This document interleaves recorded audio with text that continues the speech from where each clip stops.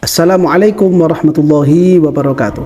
Hamidanillah wa musalliyan wa musalliman ala Rasulillah Sayyidina Muhammad ibn Abdillah wa ala alihi wa sahbihi wa man walah. Amma ba'du.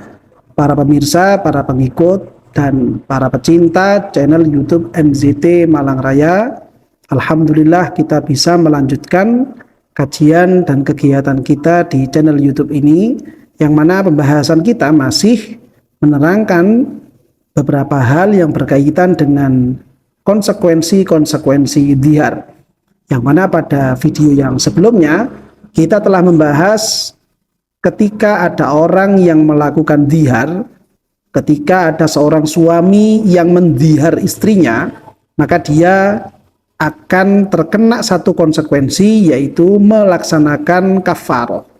Dan sudah kita bahas juga bahwa kafaroh dzihar ini sama sejenis dengan kafaroh hubungan badan di saat puasa bulan Ramadan. Begitu juga sama dengan kafaroh pembunuhan, yaitu yang mana kafaroh jenis ini adalah kafaroh yang murattabah, harus dilaksanakan secara urut. Dan ada satu bentuk kafaroh yang lain yang dia itu mukhayyarah ibtidaan wa murattabatan intihaan, yang mana sejak awal itu masih boleh memilih, namun di berikutnya ketika hal yang dipilih ini sudah tidak mampu semuanya, dia harus berpindah kepada satu hal yang memang itu tidak bisa dipilih-pilih lagi, yaitu ketika orang ini melakukan pelanggaran terhadap sumpahnya sendiri sehingga dia harus membayar kafarah. Nah, pembahasan tentang kafarah ini menjadi satu hal yang perlu untuk kita perhatikan. Kita memiliki rasa peduli yang lebih di dalam masalah kafaroh itu sendiri. Dalam syariat kita, umat Islam ketika melakukan pelanggaran-pelanggaran, maka ada kalanya dari pelanggaran itu harus muncul yang namanya al-hudud. Ada kalanya juga dari pelanggaran-pelanggaran itu harus melaksanakan kafaroh. Dan adapun pelanggaran-pelanggaran yang tidak ada ketentuan hududnya, pelanggaran-pelanggaran yang tidak ada ketentuan kafarohnya, maka pelanggaran itu akan memunculkan satu tindakan yang harus dialami oleh si pelaku, yang kemudian diistilahkan dengan sebutan takzir. Dia harus dihukum dengan satu bentuk hukuman yang ditentukan oleh wali atau ditentukan oleh pihak qadhi atau hakim. Nah, ini konsekuensi ketika ada seorang umat Islam yang dia itu melakukan satu kemaksiatan, dia itu melakukan satu bentuk pelanggaran. Jika pelanggaran yang dilakukan ini sudah ada ketentuannya dari syariat berupa ketentuan-ketentuan tertentu, taruhlah misalkan seperti orang yang meminum minuman keras, orang yang dia itu di bawah pengaruh obat-obat terlarang, yang mana ketentuannya pelanggaran ini sudah ada, yaitu yang kemudian diistilahkan dengan sebutan hudud, yang berupa pencambukan atau yang lain-lainnya, maka ini satu pelanggaran yang memang merupakan dosa-dosa besar, dan ini patut untuk dijauhi oleh seluruh umat Islam. Mudah-mudahan kita semuanya dan keluarga kita senantiasa dijaga oleh Allah Subhanahu wa taala. Dan kemudian ada juga pelanggaran-pelanggaran yang dia itu pembayarannya adalah kafaroh, penebusannya adalah kafaroh. Seperti yang sedang kita bahas saat ini, yaitu ketika ada seorang suami yang mendihar istrinya. Dari saking pentingnya pembahasan kafaroh ini, sudah diisyaratkan oleh penulis kitab Ghayatut Taqrib, yang mana dalam kitab Ghayatut Taqrib, beliau Syekh Al-Qadhi Abu Syuja' Al-Asfahani memberikan satu bentuk ibarat, memberikan satu bentuk ungkapan yang berbunyi wal kafaratu itqu raqabatin ila akhirih, yang mana ketika Al-Qadhi Abu Syuja' Al-Asfahani memberikan pernyataan wal kafaratu, para ulama memberikan satu keterangan, yang mana keterangan itu adalah harusnya secara tatanan bahasa Arab, kalimat atau kata kafaro itu dalam pembahasan ini itu tidak menggunakan isim dzohir, tidak menyebutkan kata-kata kafaro.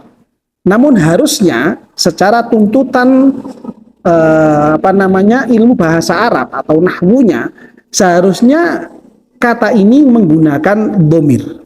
Karena di kalimat yang sebelumnya kata-kata kafaroh itu sudah disebutkan oleh beliau Al-Qadhi Abu Syuja' Al-Asfahani, yaitu ketika beliau mengatakan walazimatul kafaratu. Sehingga seakan-akan di situ ada pengulangan isim dzahir 2 kali. Kenapa kok kemudian Al-Qadhi Abu Syuja' Al-Asfahani itu dalam kesempatan ini menggunakan isim dzahir, yaitu dengan kata-kata wal kafaratu idku rahubatin ila akhirih, namun beliau tidak menggunakan dhamir pada saat yang seperti ini? Para ulama kemudian memberikan satu keterangan bahwa hal itu karena isy'aron, sebagai satu bentuk memberikan isyarat atau suatu perhatian supaya orang lain memperhatikan tentang masalah kafaroh ini sendiri, hal yang penting bagi umat Islam. Nah, dari situ di antara pembahasan para ulama, di antara para pembahasan para fuqaha tentang kafaroh ini sendiri, para ulama kemudian memberikan pengertian apa yang dimaksud dengan kafaroh, baik secara sudut pandang bahasa, terlebih lagi dari sudut pandang syariat. Yang mana kata-kata kafaroh itu sendiri, kata-kata kafaroh itu sendiri memiliki arti secara bahasa dengan as-satru, yang mana arti dari kata-kata as-satru ini sendiri adalah penutupan. Jadi seakan-akan orang yang dia itu setelah melakukan dosa besar, orang yang dia itu telah melakukan satu bentuk kemaksiatan, yang kemudian maksiat ini sudah ditentukan oleh syariat supaya ditebus dengan yang namanya melakukan kafaroh. Maka kafaroh yang dia lakukan ini merupakan yasturu adzanba, menutup dosa yang telah dilakukan. Dalam hal ini sendiri pun para ulama kemudian berbeda pendapat tentang yang dimaksud dengan as-satru itu sendiri, yang dimaksud dengan penutupan itu sendiri. Ba'dul ulama, sebagian ulama memberikan keterangan bahwa yang dimaksud dengan as-satru, yang mana as-satru itu adalah makna dari kata-kata kafaroh, maksudnya adalah yamhuha. Perbuatan atau tindakan melaksanakan kafaroh itu dia bersifat menghapus dari dosa-dosa yang pernah dilakukan. Seakan-akan ketika ada seorang muslim, ketika ada seorang mukallaf yang dia itu akil baligh melakukan satu bentuk kemaksiatan yang mana dari perbuatan maksiat ini mengharuskan dia itu untuk melakukan pembayaran kafaroh. Taruhlah misalkan dia melakukan zihar kepada istrinya, atau dia misalkan melakukan hubungan badan di siang hari bulan Ramadan, atau misalkan seorang mukallaf itu dia melakukan pembunuhan, atau misalkan seorang mukallaf itu melanggar sumpahnya sendiri, yang mana dari perbuatan-perbuatan maksiat ini syariat menuntut dia, syariat menekan orang tersebut supaya membayar kafaroh.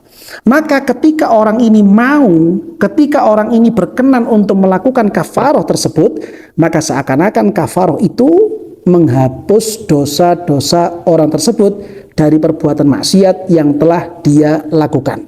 Sehingga ketika misalkan ada seorang suami yang dia itu melakukan zihar terhadap istrinya, lalu kemudian orang tersebut, si suami ini berkenan untuk membayar kafaroh, entah itu nanti dia mampunya dengan itku rokobatin. Namun kalau masa-masa sekarang sudah tidak ada perbudakan, maka pindah kepada grade yang kedua.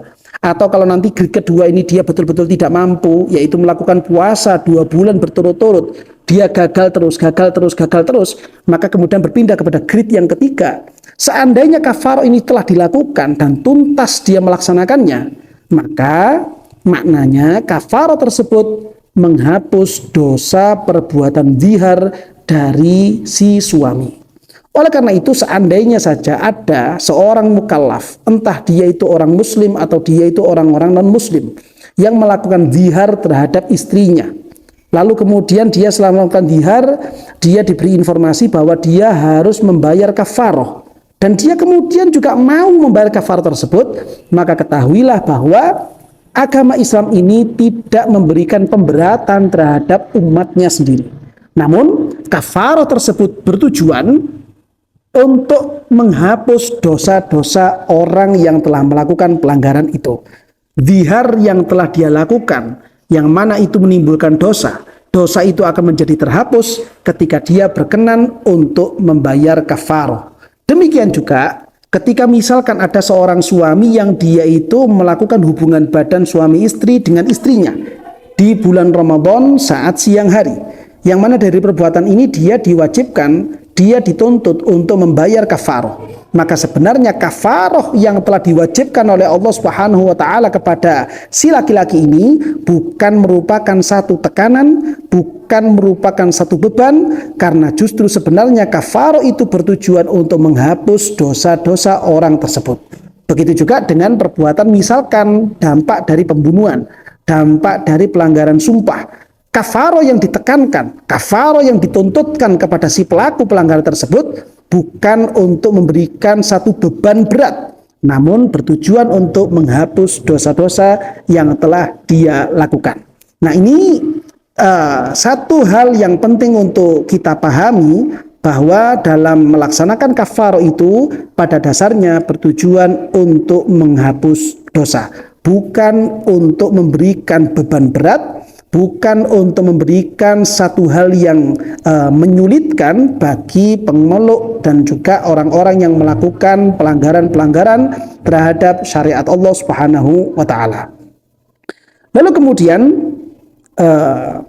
keterangan yang bisa kita ambil, satu faedah dari apa yang barusan kita baca, yaitu bersumber dari apa yang disebutkan oleh Syekh Ibrahim bin Muhammad Al-Baijuri. Beliau mengambil keterangan dari Al-Imam Al-Qulyubi, yang mana Al-Imam Al-Qulyubi memberikan keterangan washtiqaquha minal kufri wa huwa as-satru, yang mana kata-kata kafarah ini mengambil dari kata-kata al-kufru, yang mana kufru itu maksudnya atau makna aslinya adalah as-satru, menutup. Li'annaha, karena kafarah tersebut ketika dilaksanakan, tasturu dzanba, menutup dosa, aitamhuhu, yaitu menghapus dosa tersebut, min suhufil malaikati, dari pencatatan para malaikat. Ini kalau misalkan berdasarkan pemikiran, berdasarkan pemahaman bahwa kafarah itu sebenarnya disyariatkan sebagai bentuk zawajir, sebagai bentuk hukuman kepada umat Islam yang telah melakukan pelanggaran-pelanggaran tersebut. Di sisi yang lain, ada beberapa ulama yang menyatakan bahwa hukuman-hukuman yang telah ditentukan oleh syariat, entah itu hudud, entah itu kafarah, entah itu ta'zir, ketika ini diberikan, dituntutkan kepada umat Islam, maka sebenarnya dia itu tidak berangkat dari satu bentuk zawajir, bukan satu bentuk penghukuman, namun dia itu berangkat dari bentuk jawabir, sebagai penutup dari dosa-dosanya dia.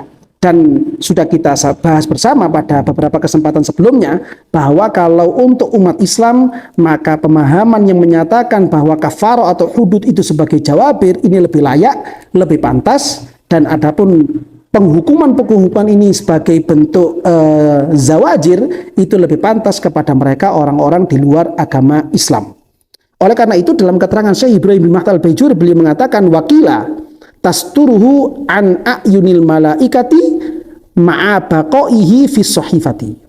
Sebagian ulama ada yang mengatakan bahwa kenapa kafarah ini disyariatkan, kenapa kafarah itu ditekankan oleh Allah Subhanahu wa taala kepada umat Islam, karena kafarah ini memiliki fungsi tasturuhu, menutup dosa tersebut, an a'yunil malaikati, dari pandangan para malaikat, ma'a baqaihi fi sahifah, sedangkan dosanya masih tetap ada dalam catatan para malaikat.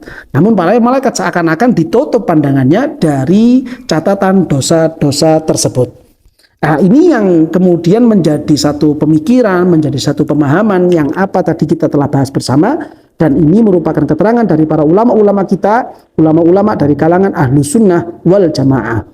Mudah-mudahan dari apa yang kita bahas pada kesempatan kali ini bisa memberikan tambahan ilmu, bisa memberikan tambahan faedah untuk kita semuanya, sehingga mudah-mudahan dari pemahaman-pemahaman ini Allah Subhanahu wa taala senantiasa memberikan pengarahan kepada kita semua agar supaya perilaku-perilaku kita, ucapan-ucapan kita, pikiran-pikiran kita, hati kita senantiasa terarahkan kepada hal-hal yang diridhoi oleh Allah Subhanahu wa taala dan jauh dari hal-hal yang bisa mengundang murka dari Allah Subhanahu wa taala. Amin ya rabbal alamin.